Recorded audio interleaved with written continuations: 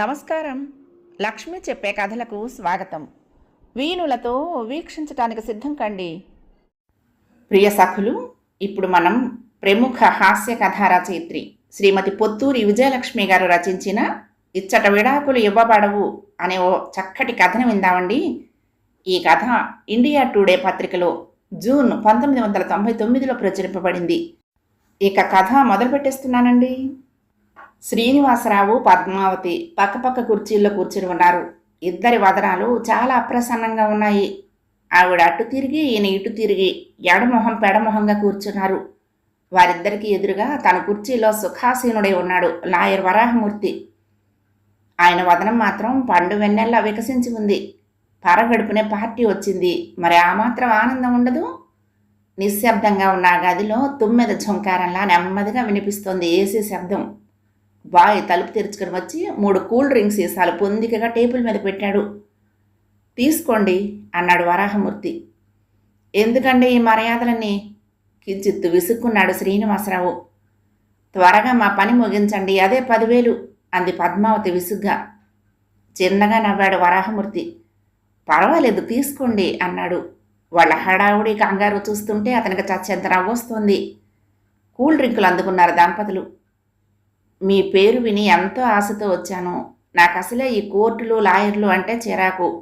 పోలీసులకి, హాస్పిటళ్ళకి, కోర్టులకి దూరంగా ఉండాలనుకునే వాళ్ళు నేనొకడిని. ఇప్పుడు కూడా నాకు ఇష్టం లేకపోయినా ఇతరుల తెలివి తక్కువ తన వల్ల ఇక్కడికి రావాల్సి వచ్చింది. మీరు ఠకాబీకి వ్యవహారం తేల్చేస్తారని తెలిసి మీ దగ్గరకు పరిగెట్టుకొచ్చాను. మీరు త్వరగా మా వ్యవహారం తేల్చేస్తే అన్నారు శ్రీనివాసరావు. ఈసారి పెద్దగానే నవ్వేశాడు లాయరు. మీ వాలకం చూస్తుంటే విచిత్రంగా ఉంది సార్. ఏదో కొట్టుకొచ్చి 1/4 కిలో బెండకాయలు, 1/2 కిలో వంకాయలు ఇవ్వు, అర్జెంటుగా వెళ్ళాలి అన్నంత తేలిగ్గా మీరు హడావుడి పడిపోయి నన్ను హడావుడి పెట్టేస్తున్నారు. విడాకులంటే అంత తేలిగ్గా వస్తాయా? ఇకపోతే నా గురించి మీరు విన్నది సగం మాత్రం నిజం. పక్కా కేసులైతే ఠకాబీకే తేల్చేస్తాను. కొన్ని కేసుల్లో మాత్రం జిడ్డులా పట్టుకుంటాను. మీ కేసు ఈ 2వ కోవకు చెందుతుంది. లక్షణంగా పెళ్ళై ఇన్నేళ్లు కాపురం చేసి పార్వతీ పరమేశ్వరుల్లా ఉన్నారు. మీకెందుకండి విడాకులు అడిగేశాడు. గయ్యమంటూ లేచింది పద్మావతి.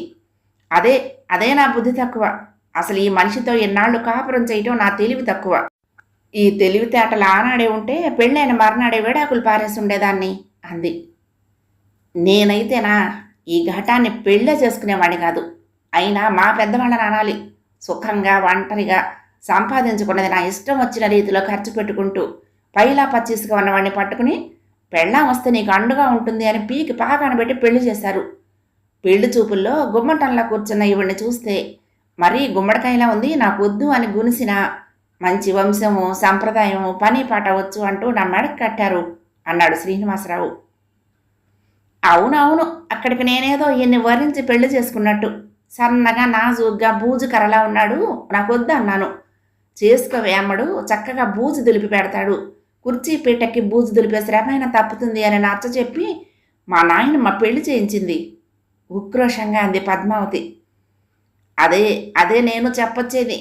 మొగుడు వెధవ అంటే బూజులు దులపటానికి, కావిడితో నీళ్లు తేవటానికి పనికొస్తాడని పెళ్ళిళ్ళు చేసుకోవడం మీ ఇంట్లో ఆనవాయితీయే. మీకు తెలియదు కానీ లాయర్ గారు, ఈవిడ పెత్తల్లి. నాకు ఆ రోగము, ఈ జబ్బు అని మూలుగుతూ ఇంటి పనంతా మొగుడు చేత చేయించేది. చాకిరి చేసి చేసి వెళ్ళిపోయాడు ఆయన. ఆవిడ మాత్రం ఈనాటికి గుండ్రాయిలా ఉంది అన్నాడు శ్రీనివాసరావు. లాయర్ గారు, వీళ్ళది ఎంత గొప్ప వంశం అనుకున్నారు? వీళ్ళ నాయనమ్మ మహా ఇల్లాలు.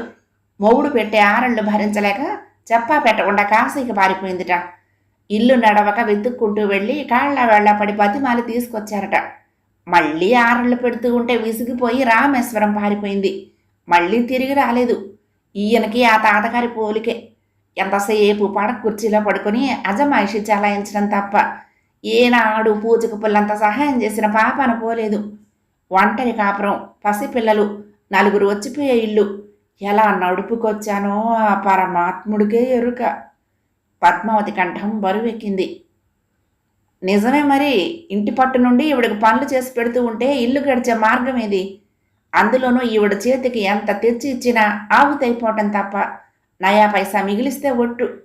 నేను వెర్రి వేధవని కాబట్టి నా భార్య బిడ్డలు దర్జాగా బతకాలని గాడిదిలా కష్టపడి పరీక్షలు పాసై చిన్నతనంలోనే ఆఫీసర్నై ఇంత వృద్ధిలోకి వచ్చాను. అందుకు సంతోషించక సణుగుడు ఒకటా? నా రెక్కల కష్టమంతా కరిగించి నగలుగా ధరించి టింగు రంగా అని తిరుగుతుంది. అప్పుడు ఆడవచ్చు కదా. బదులు తీర్చుకున్నాడు శ్రీనివాసరావు. తిరిగానంటే తిరుగుతాను. నేను అలా దర్జాగా తిరగబట్టే నలుగురిలో మీ గౌరవం పెరిగింది.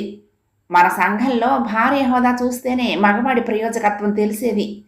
ఇంకా అందరు ఆడాళ్లలాగా నా సౌభాగ్యం నా సంతోషం అనుకునేదాన్ని కాదు కాబట్టి జిడ్డోడుతూ ఉండే ఈయన్ని తోమి మంచి బట్టలు కొనిపించింది ఎవరో అడగండి. హోదాకి తగినట్లు ఉండాలని పోరు పెట్టి నవరత్నాల వంగరము, మెళ్ళో గొలుసు, ఖరీదైన వాచి అమర్చింది ఎవరో అడగండి. ఇవన్నీ చేసేసరికి నా తల ప్రాణం తోకకొచ్చింది. ఏం చేద్దామన్నా డబ్బు ఖర్చు అయిపోతుందని సణుగుడు. 10 రూపాయలు ఖర్చు చేయాలంటే 25 సార్లు లెక్క చూసుకుంటారు. ఎత్తి పొడిచింది ఆమె. అవును, చూసుకుంటాను. నా కష్టార్జితం, నా ఇష్టం. అలా లెక్కలు వేసుకుంటూ జాగ్రత్త పడ్డాను కాబట్టే ఎవరిని ఏనాడు 5 రూపాయలు అప్పు అడగకుండా సంసారం నడిపాను. పిల్లల్ని చదివించాను. అమ్మాయి పెళ్లి చేశాను. ఇల్లు కట్టాను. నన్ను నా ప్లానింగ్ను ఎంత మెచ్చుకుంటారో నా స్నేహితులందరూ. గర్వంగా కాలర్ ఎగరేసుకున్నాడు శ్రీనివాసరావు. అబ్బో, గొప్పేలేండి. బయట వాళ్ళు మెచ్చుకున్నారేమో కానీ ఇంట్లో వాళ్ళం ఎన్ని బాధలు పడ్డాము. పిల్లలు ఏదడిగినా పెద్ద లెక్చర్ ఇచ్చేవారు. నా దగ్గరకు వచ్చి పిల్లలు, చూడమ్మా నాన్నగారు 10 రూపాయలు ఇచ్చి పావు గంట పొదుపు గురించి పాఠం చెప్తారు అని వాపోయేవాళ్ళు వెర్రి సన్నాసులు. ఏదో అప్పుడు అవసరం ఉండబట్టి అడిగారు. ఇప్పుడు అడుగుతారా? ఆ కారణంగానే వాళ్ళకు తండ్రి దగ్గర చనువు లేదు. పిల్లలిద్దరూ నాకే చేరువ. మురిసిపోయింది పద్మావతి. నవ్వేశాడు శ్రీనివాసరావు. అది ఆవిడ భ్రమ. మా అమ్మాయి ఎన్నోసార్లు నా దగ్గరకు వచ్చి కళ్ళ నీళ్లు పెట్టుకునేది. అమ్మ చేదస్తం భరించలేకపోతున్నారు నాన్నగారు. స్నేహితులతో సినిమాకి వెళ్ళాలంటే 1,00,000 ప్రశ్నలు వేస్తుంది అనేది. ఇక మా అబ్బాయి అమెరికా వెళ్తూ, నాన్నగారు ఇన్నాళ్ళు ఇద్దరం ఒకరికొకరం తోడుగా ఉన్నాము. ఇకపై అమ్మ చేదస్తం మీరు ఒంటరిగా భరించాలి, జాగ్రత్త అని కావలించుకొని చెప్పి వెళ్ళాడు. ఎక్కడ ఆపు స్టాపు లేకుండా వీధి నాటకంలా సాగిపోతున్న వాళ్ళ గొడవ చూసి విసుగు వేసింది వరాహమూర్తికి.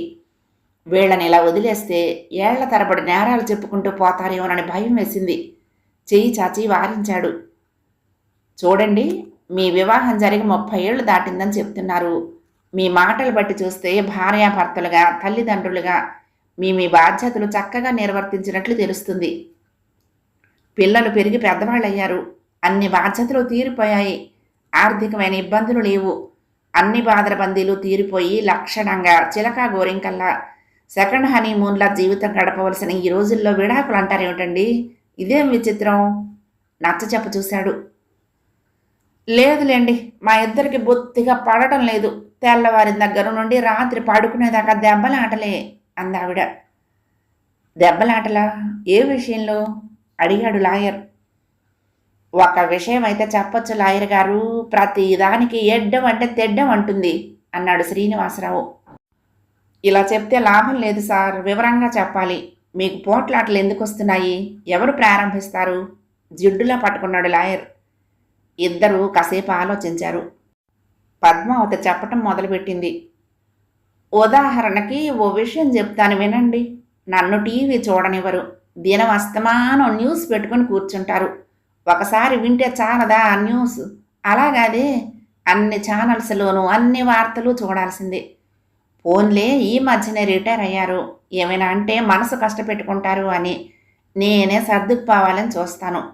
హెడ్లైన్స్ రాగానే వంటింట్లోకి వెళ్ళి నా పని చూసుకుని వెదర్ రిపోర్ట్ అవ్వగానే వచ్చి కూర్చుంటాను. వార్తలు అయిపోయాయి, ఇక నాకు ఇష్టమైన ప్రోగ్రాం చూడొచ్చు అనుకునేలాగా మరొక ఛానల్ మారుస్తారు.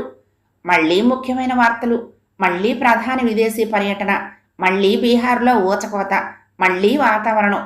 ఎన్నిసార్లు చూడను? ఏమైనా అంటే నోరు పెట్టుకొని పడిపోతారు చెప్పింది పద్మావతి. ఏం సార్ నిజమేనా? ఎదురు పార్టీని అడిగాడు లాయరు. గాడిదకేం తెలుసు గంధం వాసనని, ఈవిడికేం తెలుసండి న్యూస్ విలువ? ఈవిడికి కాపురమే కైలాసం, ఇల్లే వైకుంఠం. మరి నాకు అలా కాదు కదా. నలుగురిలో తిరిగేవాడిని. 4 విషయాలు తెలుసుకోకపోతే ఎట్లా చెప్పండి? మొన్న మధ్య పిలిచి పోఖ్రాన్లో న్యూక్లియర్ టెస్ట్ చేశారే అంటే ఆ పోపు వేశారా, ఎవరు, ఎందుకు అంటూ వంటింట్లో నుంచి ఆయుధ సహితురాలై వచ్చింది. అందాక ఎందుకు, పార్లమెంటు ప్రొసీడింగ్స్ చూస్తూ ఉంటే వచ్చి కూర్చుని పిల్లిగడ్డం ప్రధానమంత్రి గారేరి అని కళ్ళజోడు పెట్టుకుని మరీ వెతికేస్తుంది. ఆయన ఏనాడో దిగిపోయాడు, కొత్త ఆయన వచ్చి కూడా చాలా కాలమైంది.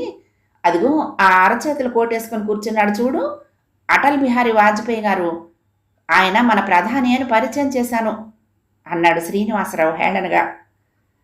చాలేండి సాంబడం, పనికిరాని పరిజ్ఞానం అంటే ఇదే.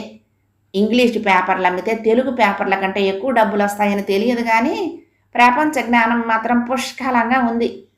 సరే, వార్తలు చూసి తన ప్రతిభా పాఠవాలు పెంచుకుంటారే అనుకుందాము. క్రికెట్ మ్యాచ్ వస్తే నా పాటలు ఆ భగవంతుడికి ఎరుక, మఠం వేసుకుని మంచం మీద కూర్చుంటారు. పచ్చి బాలింతరాలకు అందించినట్లు అన్నీ మంచం దగ్గరికే అందించాలి.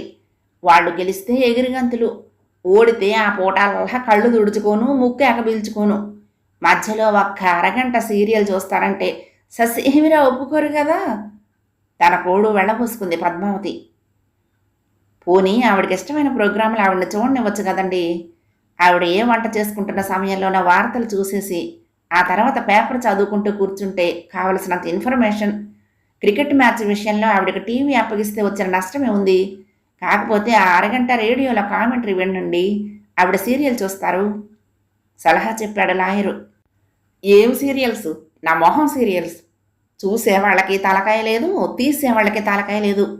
సీరియలో అని గోతికాడ నక్కలా కూర్చుంటుంది. 20 నిమిషాల ప్రకటనలు, 10 నిమిషాలు ఆ సీరియల్. దానికోసం ఆ చెత్తంతా భరించేసరికి ప్రాణం పోతుంది. ఇకపోతే ఆ వంటల ప్రోగ్రాం కాదు కానీ నా చావుకొచ్చింది. చెట్టుడిగే కాలానికి కుక్క మూతి పిందలని ఈ వయసులో ఈవిడ టీవీ చూసి నేర్చుకోవటం ఏమిటి చెప్పండి? ఈవిడది స్వతహాగా అమృత హస్తం. కళ్ళు మూసుకుని వంట చేసినా అమృతంలా ఉంటుంది. ఈ మధ్య కొత్త వంటలు నేర్చుకుని వేపుకు తింటోంది. మొన్నటికి మొన్న వరహాల మూటలట ఆ వంటకం చేసింది. అవి తిని నోరంతా కొట్టుకుపోయింది. కిందటి వారం ఆపిల్ పుడ్డింగట. పీకినా రాదమ్మా నా పిండి వంట అన్నట్టు అది నాకు అలివి కాక మా వరండాలో పడుకునే వీధి కుక్కకేశాను. నోట గరచుకు పారిపోయింది, మళ్ళీ తిరిగి రాలేదు అంటూ వాపోయాడు శ్రీనివాసరావు. ఇది మరీ బాగుందండి. మనిషి అన్నాక పొరపాట్లు రావడం సర్వసహజం. కమ్మగా వండితే వెనక్కి మిగలకుండా ఆరగించడం లేదు. అప్పుడేమైనా మెచ్చి మేక తొలగప్పుతున్నారా? పోనీ వంటలు సీరియల్స్ అలా ఉంచి సినిమాలైనా చూస్తానంటే చూడనిస్తారేమో అడగండి. పాత సినిమాలు బాగుంటాయి, నేను ఒప్పుకుంటా. కానీ చూసి చూసి కంటతా వచ్చేసే సినిమాలు ఎంతకని చూస్తాము? కొత్త సినిమా చూస్తూ ఉంటే ఓహో అని సడిగి చంపేస్తారు మండిపడింది ఆవిడ. కాలక్షేపం కోసం ఏ సినిమా అయినా చూడొచ్చు కానీ ఆ పాటలన్నీ ఇంట్లో పాడుతుందే, అదే తలనొప్పి వ్యవహారం. ఈ మధ్య నా స్నేహితుడు కొడుకుని వెంట పెట్టుకుని మా ఇంటికి వచ్చాడు. ఈవిడ పక్క గదిలో నుంచి అబ్బని తీయని దెబ్బ అంటూ ఒకటే రోద. ఆ కుర్రాడేమో ఒంటెలా మెడ తిప్పి దొంగ చూపులు చూడటం ప్రారంభించాడు. నాకు జాలేసి పక్క గదిలో మీ అత్తయ్య ఉంది నాయన, వెళ్ళి పలకరించిరాపో అని చెప్తే మొహం ఎంత చేసుకున్నాడు. కృష్ణారామ అనుకోవలసిన రోజుల్లో ఈవిడకి ఎందుకండి ఆ కుర్ర చేష్టలు? ఉసూరు మన తల పట్టుకున్నాడు వరాహమూర్తి. మళ్ళీ మొదలైంది సంవాదం. ఇక లాభం లేదు, వీళ్ళకి మాట్లాడే అవకాశం ఇవ్వకుండా తానే మాట్లాడాలి అనుకున్నాడు. చూడండి, మీ ఇద్దరి మాటలు విన్న తర్వాత నాకు అర్థమైంది ఏమిటి అంటే మీవన్నీ చిన్న సమస్యలు. ఎన్నాళ్ళు ఇంట్లో ఒంటరిగా ఆవిడ మాత్రం ఉండేవారు. పగలంతా మీరు మీ వ్యాపకాల్లో ఉండేవారు. రిటైర్ అవటంతో కాస్త చిరాగ్గా ఉంది. ఈ మార్పు సమయంలో ఈ కీచులాటలు సర్వసాధారణమే. ఈ మాత్రానికి విడాకులు అవసరం లేదు. గోటితో పోయేదానికి గొడ్డలు ఎందుకండి? నచ్చచెప్ప చూశాడు. ఆహా, అది కాదండి అంటూ ముక్త కంఠంతో అరిచిన వారిద్దరిని వారించాడు. నా దగ్గరకు వచ్చారు కాబట్టి నా సలహా పాటించి చూడండి. ఈ పరిస్థితిలో నేనే కాదు మరే లాయరైనా ఇదే సలహా చెప్తాడు. మీకు ఆర్థికంగా ఇబ్బంది లేదు కాబట్టి ఇంకొక టీవీ కొనుక్కోండి. దాంతో సగం సమస్య పరిష్కారం అవుతుంది. పరస్పరం మాట్లాడుకోవటం మానేయండి. అవసరమైతే 4 మాటలు మాట్లాడుకోండి. 2 గదులున్నాయి కదా మీ ఇంట్లో. ఎవరి సామాన్లు వారు సర్దుకుని చెరొక గదిలో ఉండండి. మీరు మామూలుగా వంట చేసి టేబుల్ మీద పెట్టేయండి. ఇద్దరూ విడివిడిగానే భోజనం చేయండి. బజారు పనులు గట్రా ఆయన చేయనివ్వండి. మాట్లాడను వద్దు, పోట్లాడుకోను వద్దు. ఇలా ఒక 6 నెలలు గడిపి తర్వాత మళ్ళీ నా దగ్గరకు రండి. అప్పుడు సీరియస్గా ఆలోచించి అవసరమైతే తప్పకుండా విడాకులు ఇప్పిస్తాను అన్నాడు లాయర్ కాస్త గంభీరంగా. సణుక్కుంటూనే వెళ్ళిపోయారు దంపతులిద్దరూ. వాళ్ళు వెళ్ళాక తనివి తీరా నవ్వుకున్నాడు లాయర్. లోపలికి వెళ్ళి భార్యకు చెప్పాడు. అంతా విన్నదావిడ. అయ్యో, నన్ను పిలిస్తే నేను ఆనందించి ఉండేదానిగా అంది. ఈసారి వస్తారుగా, అప్పుడు పిలుస్తానులే అని హామీ ఇచ్చాడు లాయర్. 6 నెలలు గడిచిపోయాయి. ఆ వేళ ఆదివారం. వరాహమూర్తి ఇంట్లోనే ఉన్నాడు. అక్కడెక్కడో బట్టల సెకండ్స్ సేల్ పెట్టారు. పదండి వెళ్దామని భార్య పోరు పెట్టడంతో భార్య సమేతంగా బయలుదేరి వెళ్ళాడు. అక్కడి దాకా వెళ్ళాక, చూడు లోపల రష్గా ఉంది, నాకు చిరాగ్గా ఉంటుంది, నువ్వు వెళ్ళిరా, నేను ఇక్కడ వెయిట్ చేస్తాను అన్నాడు. అదేమిటి, ఇంత దాకా వచ్చి లోపలికి రారా, సెలక్షన్లో సాయం చెద్దురుగాని రండి అందావిడ. సమాధానం చెప్పబోతూ పరిచిత కంఠాలు వినిపించడంతో అటు చూశాడు. అదిగో, ఆ వేళ నేను చెప్పలేదు, వీళ్లే అంటూ దగ్గరకు వెళ్ళి పలకరించి నమస్కారం పెట్టాడు. ఇవన్నీ చూడగానే, మీరా మహానుభావ, 100 ఏళ్ల ఆయుష్, మీ గురించి అనుకుంటున్నాను. మీరు పెట్టిన 6 నెలల గడువు అయిపోయింది. ఇవాళ రేపు రావాలి మీ దగ్గరికి అనుకుంటున్నాం. మీరే కనిపించారు. ఎప్పుడు రమ్మంటారు విడాకుల కోసం అన్నాడు శ్రీనివాసరావు. ఉసూరుమన్నాడు వరాహమూర్తి. అయితే సమస్య పరిష్కారం అవ్వలేదన్నమాట. మిమ్మల్ని మాట్లాడుకోకుండా విడిగా ఉన్నామన్నాను కదా, ఏమైంది అడిగాడు. ఏమవుతుంది, ఎత్తుభారం. వెనుకటికి ఎవడో దొంగ కొబ్బరి చెట్టు ఎక్కితే దిగకుండా ఉండాలని చెట్టు మొదలుకి మడిబట్ట కట్టాడట. అలా ఉంది. మాట్లాడకపోతే ఎలా జరుగుతుంది చెప్పండి. చీటికి మాటికి ఇదిగో ఎక్కడున్నావు అంటూ కేకలు పెట్టడం తప్పించి ఏనాడైనా తన పని తాను చేసుకుంటేనేగా. మాట్లాడటం మానేసేసరికి నానా కంగాళి అయిపోయింది. ఒళ్ళు తుడుచుకునే తువ్వాలి కనిపించక లుంగీతోనే ఒళ్ళు తుడుచుకుని, మరొక లుంగీ కనిపించక ప్యాంటుతోనే తిరిగారు ఒక రోజంతా. కాఫీ తాగాలనిపించిందట. నన్ను అడగటానికి అహం అడ్డొచ్చి తనే కాఫీ కలుపుకోవాలనుకున్నారు. ఫ్రిడ్జ్ తీసి పాలకి బదులు పెరుగ్గిన తీసుకువెళ్ళి పొయ్యి మీద పెట్టి పాలు విరిగిపోయాయని బాధపడి విరుగుడుతో కోవా చేద్దామని ఆ పెరుగు ఎరగబెట్టి దానిలో ఇంత పంచదార పోసి దాన్ని మాడబెట్టి నానా ఆగం చేసి పెట్టారు. మరొక రోజు టీ డికాషన్ మిగిలిపోతే గిన్నెను డైనింగ్ టేబుల్ మీద పెట్టాను. అది చారనుకుని అన్నంలో పోసుకున్నారు. ఆయన అలా వదిలేస్తే కొంప కొల్లేరైపోతుందని విధి లేక మాట్లాడటం మొదలుపెట్టాను. పద్మావతి పరిస్థితి అంతా వివరించింది. అదేం కాదులేండి, ఏదో అలవాటు లేని వ్యవహారం కాబట్టి కాస్త అటు ఇటు అయిన మాట వాస్తవమే. 4 రోజులుంటే నేనే నేర్చుకునేవాణ్ణి. అసలు రహస్యం ఏమిటంటే, ఈవిడ ఇంట్లో పూలి బయటకు వెళ్తే పిల్లి. ఈవిడ ప్రజ్ఞ వినండి మరి. ఈ మధ్య మా స్నేహితుడింటికి వెళ్ళాలని బయలుదేరాము. పళ్ళు కొందామని ఇంటికి దగ్గరలో ఉన్న జంక్షన్లో ఆటో ఆపించాను. మాట్లాడకూడదనుకున్నాం కదా.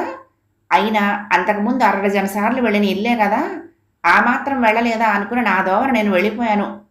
15 గంట తర్వాత తిరిగి వస్తే ఇంకా కుక్క పిల్లల జంక్షన్లోనే తిరుగుతుంది. పి రంగారావు గారి ఇల్లు ఎక్కడో తెలుసా, పి కామాక్షమ్మ గారి ఇల్లు ఎక్కడో కాస్త చెప్తారా అని అందరినీ అడుగుతోంది. ఇంటి నెంబర్ చెప్పమంటున్నారు వాళ్ళు. ఆ మాటకొస్తే మా ఇంటి నెంబరే తెలియదు ఈవిడికి. ఇక ఊళ్ళో వాళ్ళ ఇంటి నెంబర్ ఏం చెప్తుంది.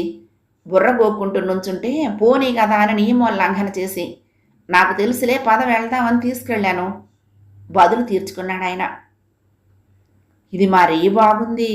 ఎప్పుడో 6 నెలల కిందట వెళ్ళాం కాబట్టి తడబడ్డాను. అందులోనూ ఈ ఊరు పాపం పెరిగినట్టు పెరిగిపోతుంది. ఈ పూట చూస్తే రేపటికి మారిపోతుంది అందావిడ.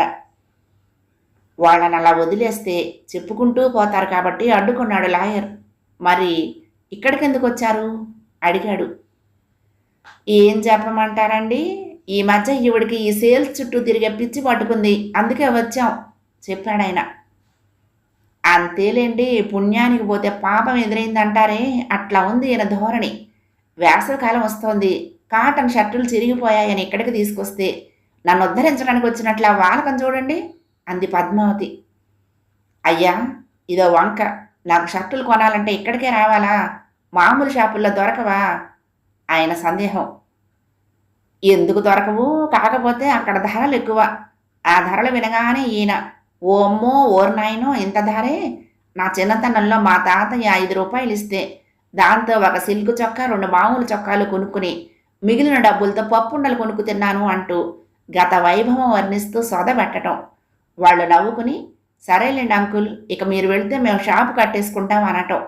ఈ వినోదం అంతా ఎందుకు, ఇక్కడ చౌకగా దొరుకుతాయని ఇక్కడికి వచ్చాం ఆవిడ సమాధానం.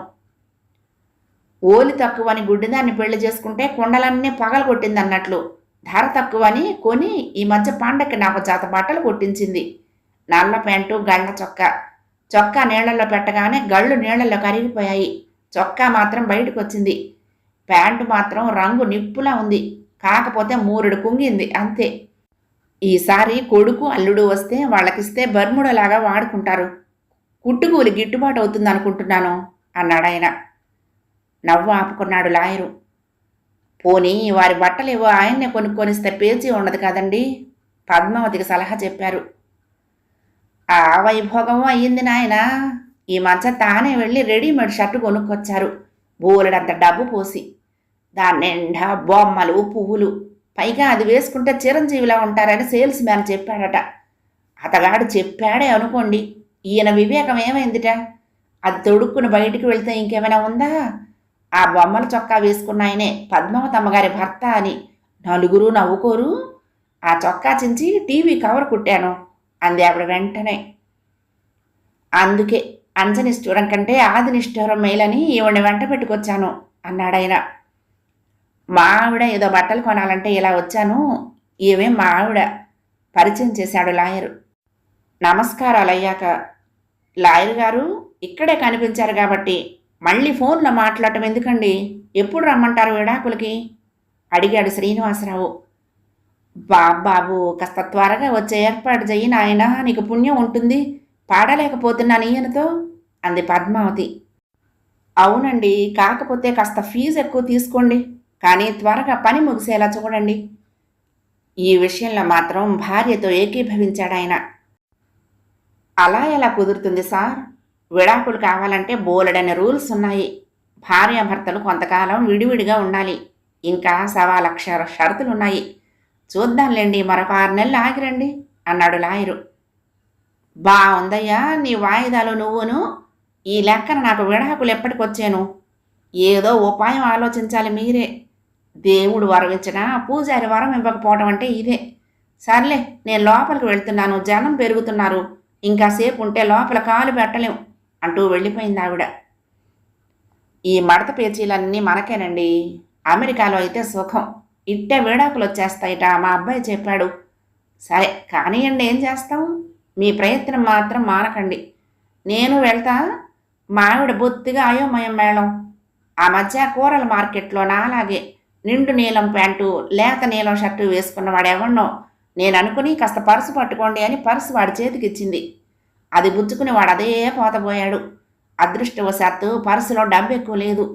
ఇప్పుడు అలాంటి పనే చేసిందంటే క్షవరం అవుతుంది అనేసి వెళ్ళిపోయాడు. అంతవరకు నవ్వు ఆపుకుంటూ ఉన్న లాయరు గారి భార్య మనసారా నవ్వుకుంది. కొంపతీసి వాళ్ళకు విడాకులు కానీ ఇప్పిస్తారా? భర్తను అడిగింది. మన సంస్కృతికి, మధురమైన వివాహ బంధానికి ప్రతీకలు ఈ దంపతులు. నేనే కాదు, నిలువెత్తు ధనం పోసినా చూస్తూ చూస్తూ ఏ లాయరు వీళ్ళకి విడాకులు ఇప్పించరు. ఈ దేశంలో ఇటువంటి వారికి విడాకులు ఇవ్వబడవు నిర్ధారించి చెప్పాడు లాయర్ వరాహమూర్తి. కథ సమాప్తం. ప్రియ సఖులు, ఈ కథ మీకు నచ్చితే తప్పకుండా లైక్ చేయండి, షేర్ చేయండి, కామెంట్ చేయండి, సబ్స్క్రైబ్ చేసుకుని నన్ను ఎంకరేజ్ చేయండి. ఉంటానండి. ప్రేమతో లక్ష్మి, కృష్ణా తీరం, దుర్గమ్మ సన్నిధానం. నమస్తే.